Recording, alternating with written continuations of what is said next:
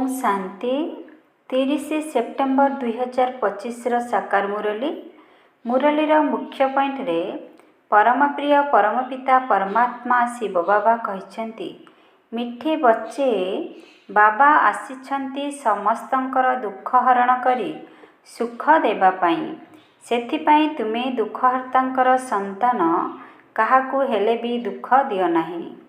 बाबा आसिछंती समस्तंकर दुख हरण करी सुख देवा पाई सेथिपाई तुमे दुखहर्तांकर संतान काहाकू हेले भी दुख दियो नाही। प्रश्न उच्च पद पाउथिबा संतान मानकर मुख्य लक्षण कौन होइथिबो? उच्च पद पाउथिबा संतान मानकर मुख्य लक्षण कौन होइथिबो?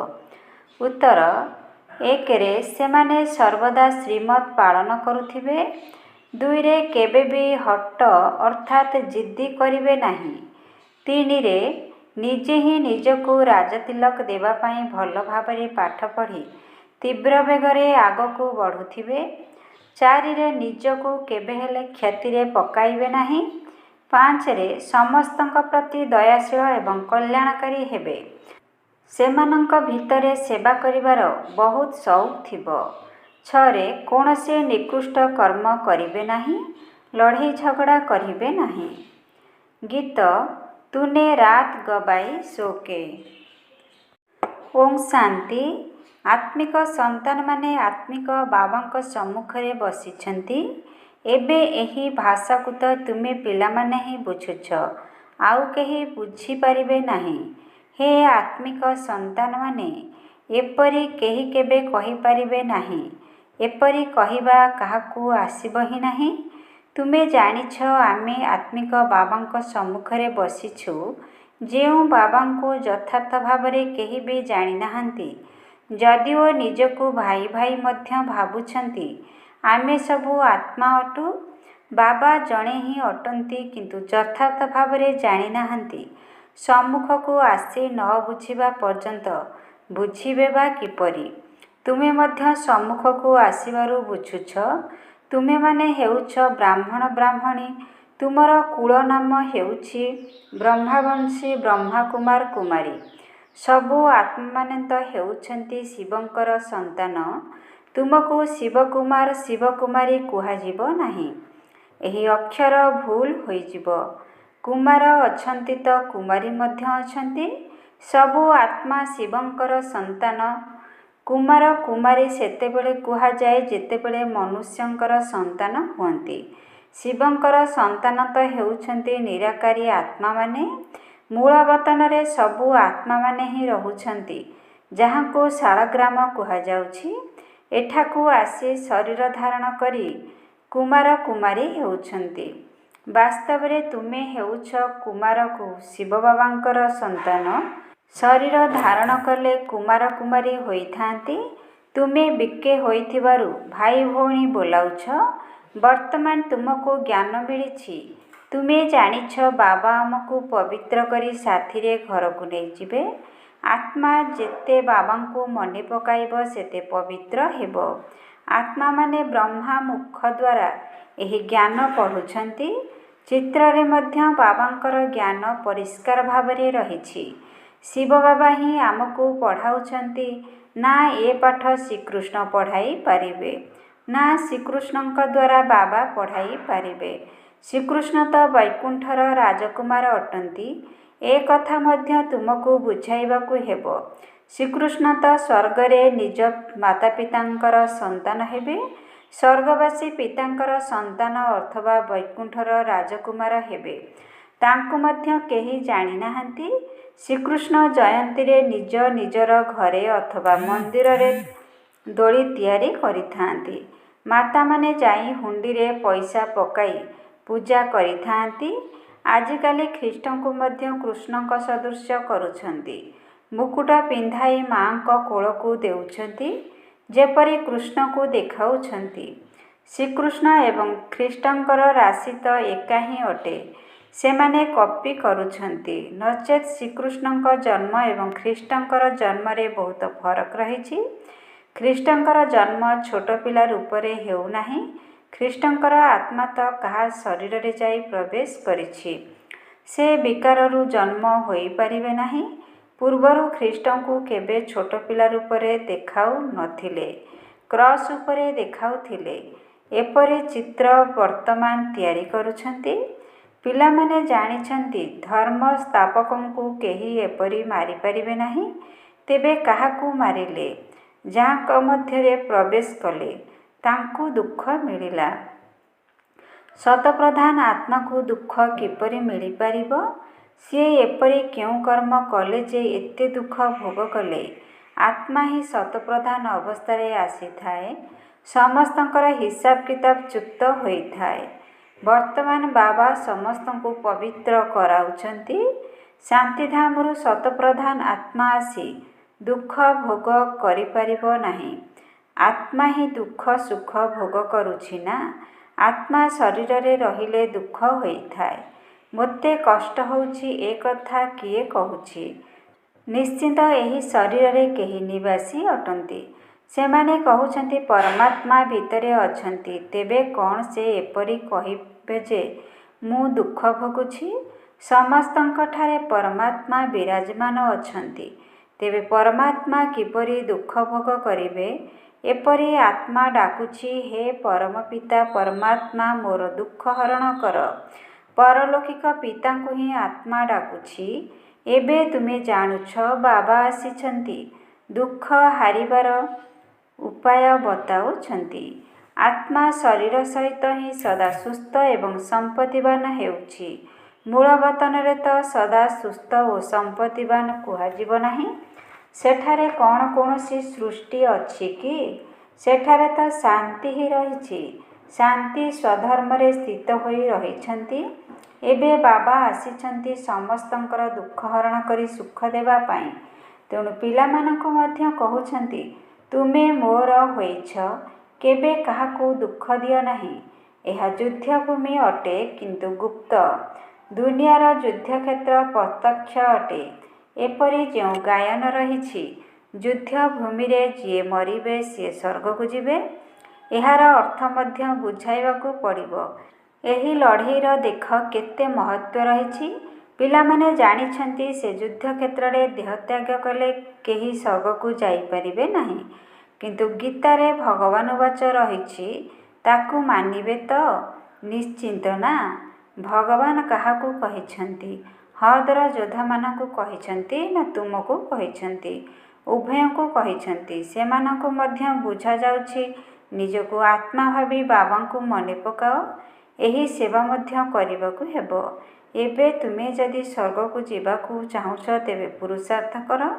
ଲଢ଼େଇରେ ତ ସବୁ ଧର୍ମାବଲମ୍ବୀ ଅଛନ୍ତି। ଶିଖମାନେ ମଧ୍ୟ ଅଛନ୍ତି। ସେମାନେ ତ ଶିଖ ଧର୍ମକୁ ହିଁ ଯିବେ। ସ୍ୱର୍ଗକୁ ସେତେବେଳେ ଆସିପାରିବେ ଯେତେବେଳେ ତୁମ ବ୍ରାହ୍ମଣମାନଙ୍କଠାରୁ ଆସି ଜ୍ଞାନ ନେବେ।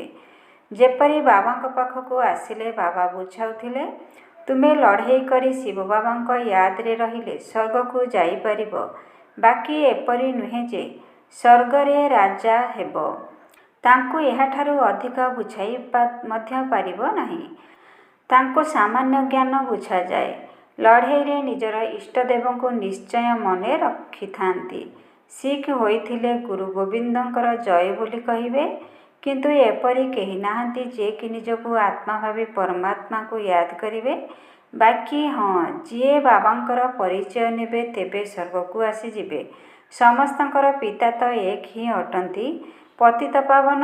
ସେ ପତିତମାନଙ୍କୁ କହୁଛନ୍ତି, ମୋତେ ମନେ ପକାଇଲେ ତୁମର ପାପ କଟିଯିବ ଏବଂ ମୁଁ ସ୍ଥାପନ କରୁଥିବା ସୁଖଧାମକୁ ତୁମେ ଯାଇପାରିବ।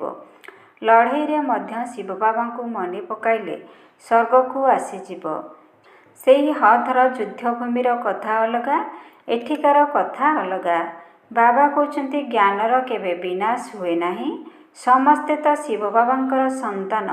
ଏବେ ଶିବ ବାବା କହୁଛନ୍ତି, ମୋତେ ମନେ ପକାଇଲେ ତୁମେ ମୋ ପାଖକୁ ମୁକ୍ତିଧାମକୁ ଆସିଯିବ।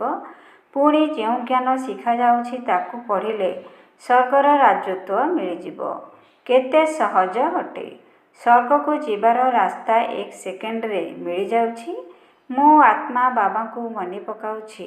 ଯୁଦ୍ଧଭୂମିକୁ ତ ଖୁସିରେ ଯିବା ଦରକାର। କର୍ମ ତ କରିବାକୁ ହିଁ ହେବ। ଦେଶର ରକ୍ଷା ପାଇଁ ସବୁକିଛି କରିବାକୁ ପଡ଼ିଥାଏ। ସେଠାରେ ତ ଏକ ଧର୍ମ ହିଁ ହେବ, ମତଭେଦର କୌଣସି କଥା ନାହିଁ। ଏଠାରେ କେତେ ମତଭେଦ ରହିଛି। ପାଣି ପାଇଁ ଜାଗା ପାଇଁ ଝଗଡ଼ା ହେଉଛି। ପାଣି ବନ୍ଦ କରିଦେଉଛନ୍ତି, ତେଣୁ ପଥର ମାରିବାରେ ଲାଗି ପଡ଼ୁଛନ୍ତି। ଜଣେ ଜଣକୁ ଶସ୍ୟ ନ ଦେଲେ ଝଗଡ଼ା ହୋଇଥାଏ।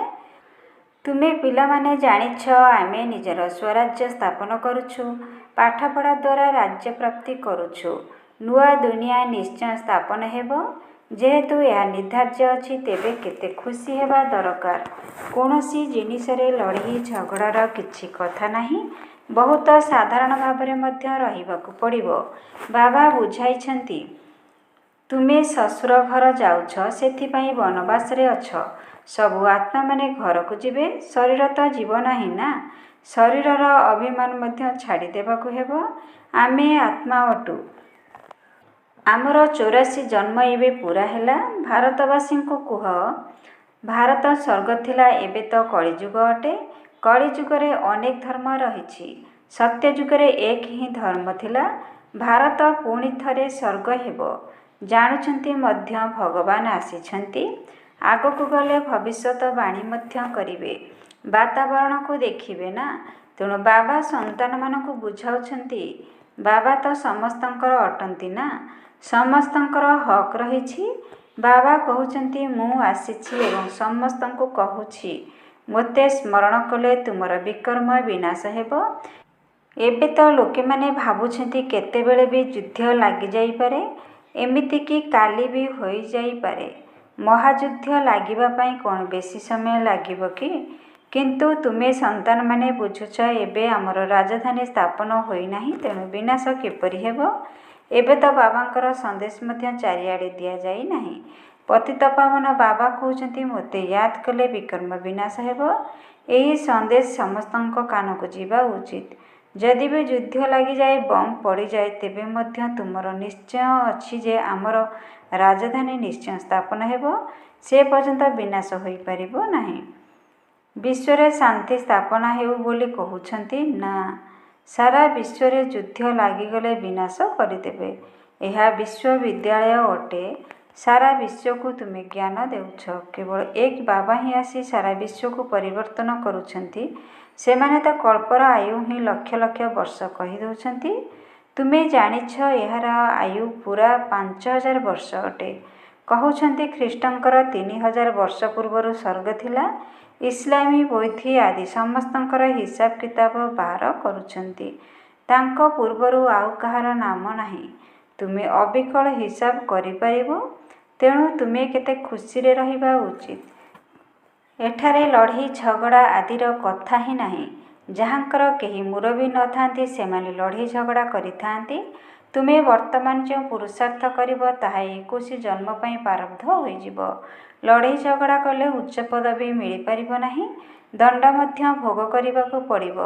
କିଛି ବି କଥା ଥିଲେ, କିଛି ଦରକାର ଥିଲେ ବାବାଙ୍କ ପାଖକୁ ଆସ। ସରକାର ମଧ୍ୟ କହୁଛନ୍ତି ନା, ତୁମେ ନିଜେ ନିଜେ ନ୍ୟାୟ ନିଷ୍ପତ୍ତି କରୁନାହିଁ। କେହି କେହି କହୁଛନ୍ତି, ଆମର ବିଦେଶୀ ଜୋତା ଦରକାର। ବାବା କହୁଛନ୍ତି, ପିଲାମାନେ, ଏବେ ତ ତୁମେ ବନବାସରେ ଅଛ। ସ୍ୱର୍ଗ ଦୁନିଆରେ ତୁମକୁ ବହୁତ ମାଲ ମିଳିବ। ବାବା ତ ଠିକ୍ କଥା ବୁଝାଇବେ ନା କି ପିଲାମାନେ, ଏହା ଠିକ୍ ନୁହେଁ। ଏଠାରେ ତୁମେ ଏପରି ଆଶା କାହିଁକି ରଖୁଛ? ଏଠାରେ ତ ବହୁତ ସାଧାରଣ ଭାବରେ ରହିବା ଉଚିତ, ନଚେତ୍ ଦେହ ଅଭିମାନ ଆସିଯିବ। ଏଥିରେ ନିଜ ମତରେ ଚାଲିବା ଅନୁଚିତ।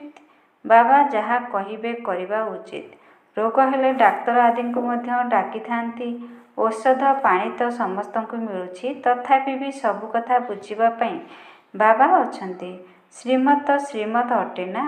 ନିଶ୍ଚୟରେ ବିଜୟ ରହିଛି। ସେ ତ ସବୁକିଛି ବୁଝୁଛନ୍ତି ନା।